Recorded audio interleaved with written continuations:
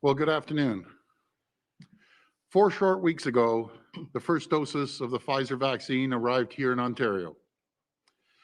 3 weeks ago, the first doses of Moderna vaccines were approved by Health Canada. And in a short period of time, our hospitals and the task force have moved mountains to get these vaccines out to our long-term care homes. We brought long-term care workers to our hospital sites. We found ways to move the Pfizer vaccine. We rapidly expanded vaccination capacity, working hand in hand with our partners to secure mass vaccination sites like a hockey arena in Newmarket and the Metro Toronto Convention Centre. We have a well-oiled machine led by General Hillier and your task force, and thank you, General, and the task force. In fact, we have delivered over 226,000 doses to date, more than any other province in the entire country. And we are capable of scaling up to administer 40,000 doses a day and beyond. We have the capacity, and we are in desperate need of those vaccines from the federal government. The news from the federal government today that Canada won't get any new Pfizer vaccines next week, and far fewer than expected in the coming weeks, it's troubling. It's a massive concern. My message to the federal government is that nothing else matters right now. Every day we're giving out less vaccines than we have the capacity to administer is a day we lose. Because this vaccine is the difference between life and death for our most vulnerable. But despite limits on the supply here in Ontario, we have made incredible progress in the span of 4 short weeks. We're emptying the freezers on what we have received so far. We're getting needles into people's arms, and we're focusing on our most vulnerable. Earlier this month, we set a target of getting all long-term care homes in our 4 hardest hit regions vaccinated by January 21st. And today, I can announce we have hit this target ahead of schedule. In fact, we have completed the first round of vaccinations in over 40% of all long-term care homes in the province. We've finished the first round ahead of schedule on all long-term care homes in Toronto, Peel, Windsor, and York, our 4 hotspot areas. We've also completed the first round of vaccinations at all long-term care homes in Ottawa, Simcoe, Muskoka, and Durham. And many more regions are making great progress. Across the province, over 83,000 long-term care residents and the nurses, PSWs, and staff who care for them have received the first dose of these life-saving vaccines. And we are well on our way to meeting our target of delivering these vaccines to all long-term care homes across the province by February 15th. My friends, this is the first of many victories against this deadly and ruthless enemy we face. We will not rest until every single long-term care home and all Ontarians who want a vaccine get it. But all of this rests on getting the vaccines we need from the federal government. And we're prepared to do whatever we can to support them on this. My friends, we will get through this. But until vaccines are more widely available, please stay home, stay safe, and save lives. Thank you, and God bless the people of Ontario. Now I'll pass it over to Minister Fullerton. Thank you, Premier Ford. Today we mark a tremendously important milestone in the fight against COVID-19. We have gone into the communities where we know there is the highest community spread and administered first doses of COVID-19 vaccines to willing residents, staff, and essential caregivers in long-term care homes. Just think about what this means, not only for everyone's safety, but for the peace of mind in knowing our loved ones are better protected. This would not have been possible without the partnership of medical officers of health who are leading the local rollout of the vaccine in their public health units, as well as the dedication and hard work of our frontline healthcare teams who are going into long-term care homes to administer the vaccines.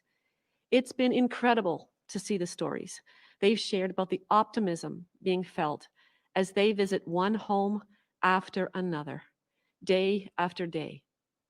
You made this happen and even delivered ahead of schedule. Ontario will continue to drive forward with rolling out the vaccine. We're making significant progress towards our goal of reaching all long-term care homes by February 15. Today, more than 83,000 residents, their essential caregivers, and staff have received at least a first vaccine dose. While the vaccine has given us hope, we cannot let our guard down. Our government is doing everything we can to protect our most vulnerable. Since the pandemic started, we have invested $1.38 billion to support our long-term care homes. We've taken action to address urgent staffing shortages, including issuing management orders, enabling the deployment of hospital staff, and the use of infection prevention and control teams. But the fact is that the rise of community spread during the second wave is posing a serious threat to our long-term care homes. The single most important thing we can all do right now to protect our most vulnerable is to stay at home as much as possible. As we continue our vaccine rollout, this is our best defense against this virus. Let's work together to stay home, stay safe, and save lives. Thank you. And I would now like to invite General Hillier to say a few words. Minister and Premier, thank you. And ladies and gentlemen, all of us involved in the vaccination rollout mission here in Ontario have been somewhat frustrated, no, a lot frustrated by our inability earlier on to get into the long-term care homes, the high-risk retirement homes, and provide that level of protection that we wanted to the residents and the essential caregivers who work in those homes. We were constrained by having only Pfizer, and Pfizer could not be moved from our point of receipt. And then things changed. We received a Moderna vaccine, which we could start moving to those long-term care residents and high-risk retirement homes, and we started doing exactly that. And then we got permission with Pfizer after we developed the protocols to move the Pfizer vaccine from the point of receipt, and we started using that vaccine. We took up the Premier's challenge of completing all of the long-term care homes and high-risk retirement homes in Toronto, York, Peel, and Windsor, Essex, 163 homes, and doing it by the 21st of January, and we've completed that. And you saw perhaps a tweet and a acknowledgement from the City of Toronto on Friday past when they said they have done all 80 long-term care homes inside the City of Toronto, a collaborative effort with the Public Health Unit, the Medical Officer of Health, the City, and the hospitals to ensure that those residents were looked after. But in addition to that, they had also done 70 retirement homes that they considered at risk. That part now of the chapter is finished. We will continue, obviously, into phase 2 to go back with second needles for those residents and essential caregivers. But in the interim, we are now concentrating on rolling across the rest of the province and doing the long-term care homes and high-risk retirement homes, giving the opportunity to the residents, the essential caregivers, and the staff to get that vaccine. And let me just tell you, we have all seen a little bit of the emotion that comes with that vaccine. This is the only light in the COVID-19 tragedy right now. And just one example last week was a woman in her 90s who was receiving her first needle in the vaccination. And she had her entire extended family on Zoom with her to observe, to witness, to be with her when she got that first vaccination. You talk about an emotional moment for everybody. And we draw upon moments like that to inspire us as we work those long days, as all those healthcare professionals do what they do so well, looking after the people with such tenderness and such compassion. We all draw upon those inspirational moments every time we get tired. We want to do the rest of Ontario's long-term care homes, building on the success in those 4 regions, in Toronto, in Simcoe, in Durham, and building on that success and have all those homes complete by, obviously, 15th of February, as the Premier has said. We think we can do it, even with the reductions in vaccines, but each day, we will work through the numbers really carefully to ensure that if we cannot, we will tell you that. And if we cannot, it will only be because we don't have the vaccines.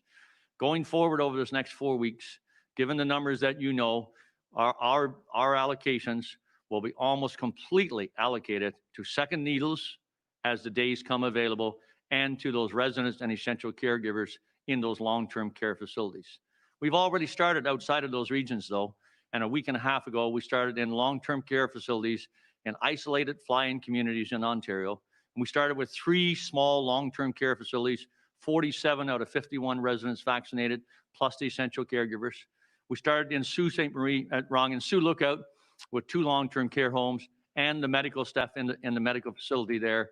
And we will continue because we vaccinated those that we want to carry out in those isolated communities, the vaccination, and they will be ready to go as of 1 February to continue that vaccination program in those 31 isolated communities in an operation that we are calling Operation Remote Immunity. So we take those little victories, we cherish them, we get inspired by them, and it just reconfirms our dedication to execute this mission for the people of Ontario. Thank you. To the phone line for questions. First question, please. From Ashley Legasic at Newstalk 1010. Please go ahead. Hi there. Thank you all for taking my questions. Premier and General Hillier, with the news that Canada will not be receiving Pfizer vaccines at all next week, how angry and frustrated does this make you? Well, before I pass it to General Hillier, you know, it makes me very, very angry. And I want to make something clear. I'm not angry at the Prime Minister, Deputy Prime Minister. We've been working collaboratively. I'm just angry at the situation that other countries are getting at. And nothing is more important than getting these vaccines. And if I was in his shoes, I'm sure he is doing it, but I'd be on that phone call every single day. I'd be up that guy's yin yang so far with a firecracker, he wouldn't know what hit him from Pfizer. I would not stop until we get these vaccines. Other countries, small countries, populations of 5 million, we're part of the G7. We're a major player in the world. So this isn't directed, I want to emphasize this again, it isn't directed per se at the PM or at the deputy, because I think the world of them, we're working collaboratively together. But man, we got to be on these guys like a blanket. I'd be outside that guy's house. Every time he moved, I'd be saying, where's our vaccines?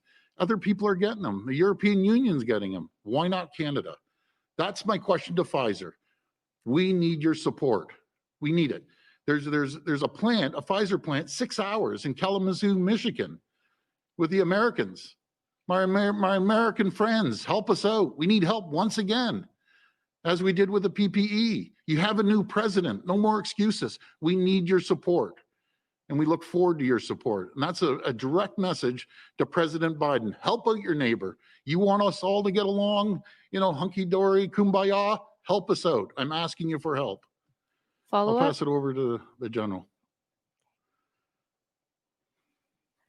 Premier, thank you, Ashley. Thank you for the question. And I'm going to leave the pressure on Pfizer and other places to the Premier.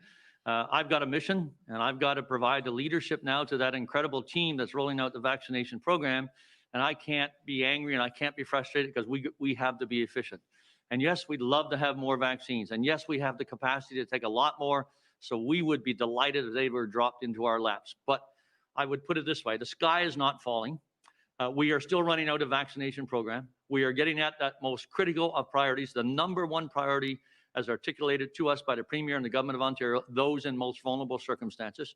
We are doing that as rapidly as we possibly can, and the only needle is not going into the arms of those residents and essential caregivers in those establishments are the ones going in as second doses, because we don't want to miss that opportunity to complete the immunity program. So we are still running the vaccination program. We are being more cautious in making sure that we can see the second dose. We have it in our sight, given the interruption in supplies. We remain somewhat hesitant about what will occur after 15 February, honestly, but we will watch and see what the supply brings to us, and we're going to be ready to handle it. The more they bring, the more we will be able to get into the arms of the people of Ontario, and we'll be able to get into their arms very, very quickly. So we're concentrated on our mission, and we continue to roll out the vaccination program, slightly slower speed because of the lack of vaccines. Follow up. Thank you. And Premier, again, the Prime Minister today called out Ontario for our long-term care situation. What do you have to say about these remarks? Did I hear you? Did I hear that correctly? The Prime Minister called out us on the long-term care? Yes. Well, again, it's easy to point fingers, and I'm not pointing fingers on the lack of vaccines. This is about being Team Canada. That's what this is all about. We're doing everything we can to make sure that we have all long-term care residents and workers get vaccinated.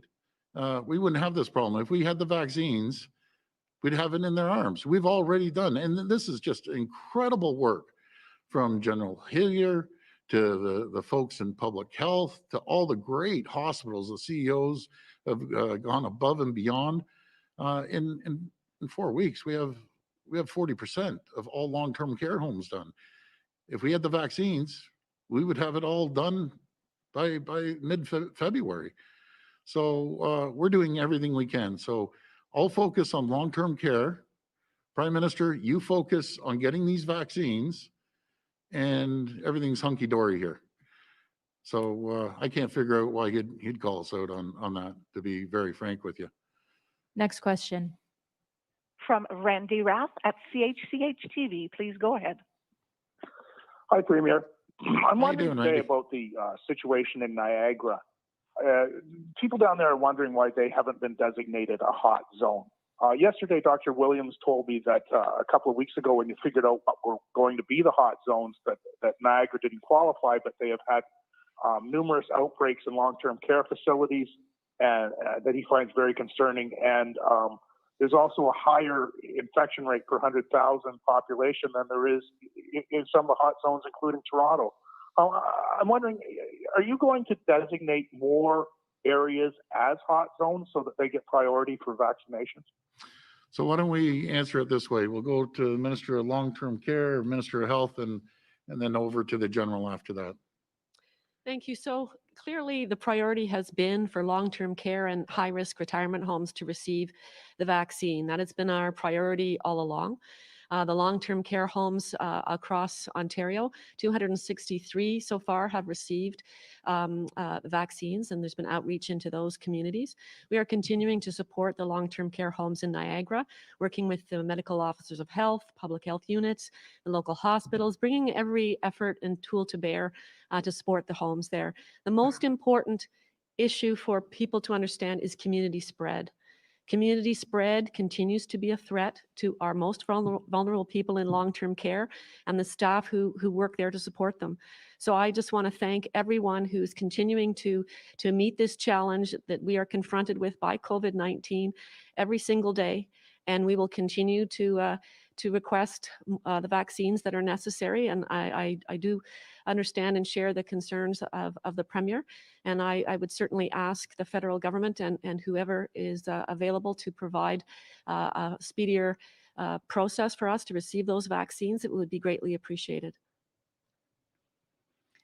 Well, General Hillier will be able to speak more specifically to the plan, but the plan, when it was first drawn up, started with the original 4 hotspot areas, Toronto, Peel, Windsor, Essex, and York.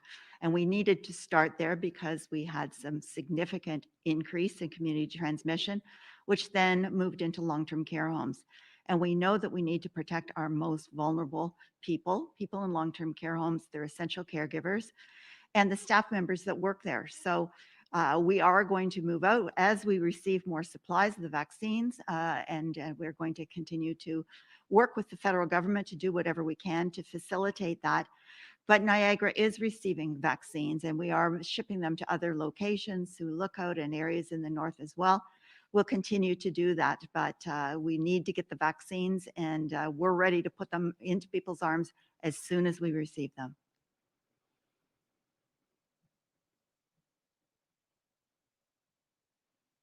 Minister, thank you. And Niagara is getting vaccines, as the minister said, and we'll get more vaccines. And the question is simply when. Every single day, we are re-looking the allocations to see what we can do to support those areas that are at most risk. We are looking at reallocation, the opportunity to mitigate the time between needles with Pfizer should give us a little bit more flexibility, but the challenge remains the number of vaccines that we have. And we had planned on 15,000 for next week, which was an incredibly low number compared to what we had been expecting. And now having 0 will impact us even more. We will work each day to get vaccines to those places that need them most. What numbers I cannot guarantee, but we will work to do that. Follow up? Yeah, okay. There was also people down there, health officials are saying that there was a shipment of Moderna vaccine that was supposed to go to Niagara, but that it was diverted. I'm wondering if that actually happened and where it was diverted to and why. And also, why are you guys wearing your masks today while you're speaking? Well, I answer the mask question. I'll pass the other question over to General. Usually we have 4 people, sometimes 3. We can spread out 6 feet apart, and I think we're only about 4 or 5 feet. So we decided to make sure we're safe and keep our masks on. So I'll pass the other question over to the General. So as I said, we work every day on the allocation of the vaccines. That has been ongoing now for obviously since the first vaccines were in our site and then arrived. And obviously right throughout the province, we do the allocations, and then sometimes those allocation changes. It's not a matter of taking one from one place and giving to another. It's a matter of ensuring that the allocations go to those places that need them first in order of priority as they are assessed. And in fact, that's what's happened across the province. Next question. Rob Ferguson at the Toronto Star. Please go ahead. Hi, Rob. Hello, everyone. Just picking up on what General Hillier just said on that being short almost 15,000 vaccines next week. What's that going to do to the February 15th target for first jabs in all the nursing homes and the high-risk retirement homes? General. Rob, thank you for the question. We're not short 15,000 next week from what we thought we'd get. We're short 80-something thousand. That figure had dropped to 15,000. I think it was on Friday, and we were led to believe we'd get 15,000 next week. Obviously, we found out today that figure is now 0. Obviously, it is going to slow down what we can do. We're going through those figures right now. Our number one priority is the long-term care homes across the province, the residents in them, and yes, the essential caregivers. We want to be able to do still as one package and offer them the vaccination and get them that level of protection. And then the second priority outside of that is the second needle to complete the immunization program, and having a little bit of distance, as I said earlier, from 21 to 42 days with Pfizer gives us a bit more flexibility to be able to meet both of those crucial priorities, and we're going to do it. So if we fall outside of 15 February, it will be because we do not have sufficient vaccines to complete it prior to then. I'm hoping that we can still do it. We're going to be really close one way or the other. We're going to push hard to see if we can actually get it all done. And if we can't, it will be because we simply don't have enough vaccines, but we will be close. Follow up? Yes, thanks, General. Yeah, I realized it was like a further shortage of 15,000 next week in addition to the other ones that we want, I guess. So if could it come to the point where you have to start delaying second doses in nursing homes and high-risk retirement homes? Rob, no. We're going to guarantee those second doses. And in the long-term care homes and high-risk retirement homes that have been vaccinated, we are going to make sure that they get that vaccine on day 21 or as close to it as is possible. But on day 21, the immune systems of many of the residents in those long-term care homes are not perhaps as robust. That's how I, as an operator, would describe them. Not a medical expert, obviously. They are not as robust, and they do need the second needle on that day. And so we would use others who have had the vaccine to be able to extend out to further, from 21 to 28 days. We've been using routinely with the vaccination sites, having the flexibility and obviously the authority to utilize that time frame. Now they can extend out to day 42. But here's what I would also say. Given the uncertainty of the supply in the short term, and given what we just learned just today, just a few hours ago about next week, most of them will not be trying to extend to day 42. They'll probably go out to day 35 maybe and give themselves some cushion in case there's a further interruption downstream here, just to make sure that we can guarantee those second needles. So we're going to be a bit more cautious. Yes, we are. but we're going to make sure we get those second needles. And we've got a team that's going through the allocations to ensure we can do both. And that's what we're going to do. Next question. From Christine Elliott at CP24, please go ahead. Hi, Christina. Hi, Premier. Hi, Ministers. Hi, General. General, I'm wondering if you could advise if, considering now that the news we've learned from the federal government about no shipment coming next week and even less the week after, if you're still on track for phase 3, which would be to have, of course, the average, or as you've noted, mainstream Ontario to begin being vaccinated at end of July and early August. And I'm wondering if you could let us know if you were advised by the federal government that there would be no shipments of the Pfizer vaccine next week. I personally was not advised, and that's not necessary. The people on our team were advised very early today, obviously, so we've just literally gotten that information for sure. What Pfizer and I believe the federal government have said to us is that, yeah, we have some short-term shortages, some short-term disruptions to the allocations, but we will make up in late February and March what we have missed, and therefore in the first quarter, our phase 1, we will have the same number of vaccines allocated to us that we expected all along and that we've been planning to use. So obviously, we're now looking at that with a little bit of caution, just to make sure that we do see that supply arriving. In the second phase, from April, May, and June, and into the middle of the summer, we know with the vaccines arriving, notionally, we should be able to do that mission and be able to get into the general population of Ontario by late summer. But it all comes back to the arrival of the vaccines. We're planning for it, and our planning is hugely complete and in great detail. We have the capacity, whether it's mass vaccination sites, whether it's family physicians, whether it's pharmacies, and there are 4,600 of them across the province that we can utilize, or whether it's special mobile vaccination teams that will go into neighborhoods and places where people would normally not come to a hospital or normally not take advantage of that kind of service. We have that capacity. For example, we will ask each public health unit, just as a minimum, to have a capacity of 10,000 vaccinations a day. There are 34 public health units in the province. Just think of that capacity alone.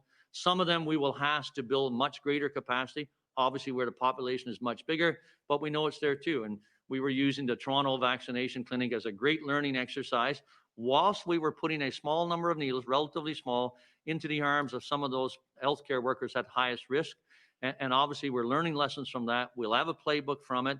And I thank Chief Matt Pegg and Dr. Davila and Mayor John Tory for their leadership on supporting this, because we're going to have a playbook, and we're going to spread that playbook around the rest of the public health units in Ontario. And they will have a running start, if I could put it this way, for mass vaccination clinics, because we'll want to use a lot of them. So we'll have the capacity. Everything will depend upon the arrival of the vaccines. Given the amounts that are predicted, if they show, we'll be able to meet our mission that I described earlier. Thank you. Follow-up? Thank you, General Hillier. Premier, I'm wondering if I could ask you about tomorrow being Inauguration Day. Last week, Interim Toronto Police Chief James Raymer told us that every time there's an election in the U.S., Toronto Police plans for potential demonstrations and those types of things. But with respect to what happened at the U.S. Capitol recently, Raymer says it's shocking. I'd like to think that wouldn't happen here in Canada, but we will be preparing for different eventualities for Inauguration Day. Do you have any security concerns? You always have to have some security concerns, but I have all the confidence in the world in Chief Raymer. He's a veteran officer, been around for a number of years. He's been through this before, so we're in good hands here in Toronto. I have all the confidence in our OPP here as well at Queen's Park and across the province. And so we're very fortunate, but I can't help but ask the president. We're the third largest trading partner in the world. Ontario is, just Ontario alone. We're your third largest trading partner. We're the #1 customer to 19 states, a lot that elected you, Mr. President, and 9 other states that were #2. The least thing you could do in Kalamazoo, where the Pfizer plan is, great relationship building, give us 1 million vaccines. You have 100 million down there. Give your great neighbor that stands shoulder to shoulder with you 1 million vaccines to keep us going, get us over the hump. That's what we'd love to see off the president. So I wish them all the best, and we look forward to working with them. We're the third largest trading partner to the United States, Ontario. Help us out. Last question. From Lorenda Redekop at CBC News. Please go ahead. Hi, Lorenda. Hi there. Looking at where we're at now with vaccines, were there mistakes made? Should there have been more and faster vaccinations for long-term care residents, staff, and caregivers there? And this would be for both the Premier and the Minister. Well, you know, Lorenda, if you look at what the Ministry of Health has done, General Hillier, long-term care, you look at all the hospitals and public health units, how we've pulled together in 4 weeks, it's spectacular. It's incredible, the speed that we've moved. We have a well-oiled machine. We set a date of January 21st. They're already complete. And I can't ask for anything more than what the General has done. I'll pass it over to the General. Thank you. And look, can I just say, you cannot imagine the level of frustration in our team, in this Team Ontario, about not being able to get Pfizer vaccine from the points of receipt, from the points of reception into those long-term care homes. And that's what we wanted to do. So for the first weeks, we were in a situation where we were asking all the essential caregivers, either a percentage from the home that we're working or during their off time, and the staff and the healthcare workers that work in those homes to actually come to the vaccination sites in the hospital to receive their vaccines. We did get thousands of them to come, but we didn't get the numbers that we really, really wanted. And so it was only when we got Moderna and got used to how to move it, and then we got the protocols for moving Pfizer, that it allowed us to focus on the number one priority as directed by the Government of Ontario and the Premier and the Cabinet and Government, which is those in most vulnerable circumstances. And inside of that, we knew it was those long-term care homes. That's, 10 or 12 days ago now. I can't remember exactly, but let's say 12 days ago. And that's when we got at it with a precision and a focus and an energy that we could not get before because we couldn't move the vaccines into the homes. Now we can. We're using both Moderna and Pfizer in those long-term care homes.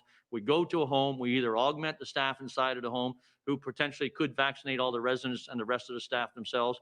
We make it faster with augmentation and help vaccinate them more quickly. The homes have been wonderful at doing the work to prepare the administrative records and the detailed information and the consent forms. We've been having sessions with them twice a week with all the operators and the leadership at those homes to help articulate what is the need. And so we've been getting them to them very quickly. More than 55,000 in the numbers in those 4 regions and thousands outside. And during this next 4 weeks, we anticipate that we'll do about 135,000 vaccinations into the residents, the essential caregivers and staff of the rest of the long-term care homes around Ontario.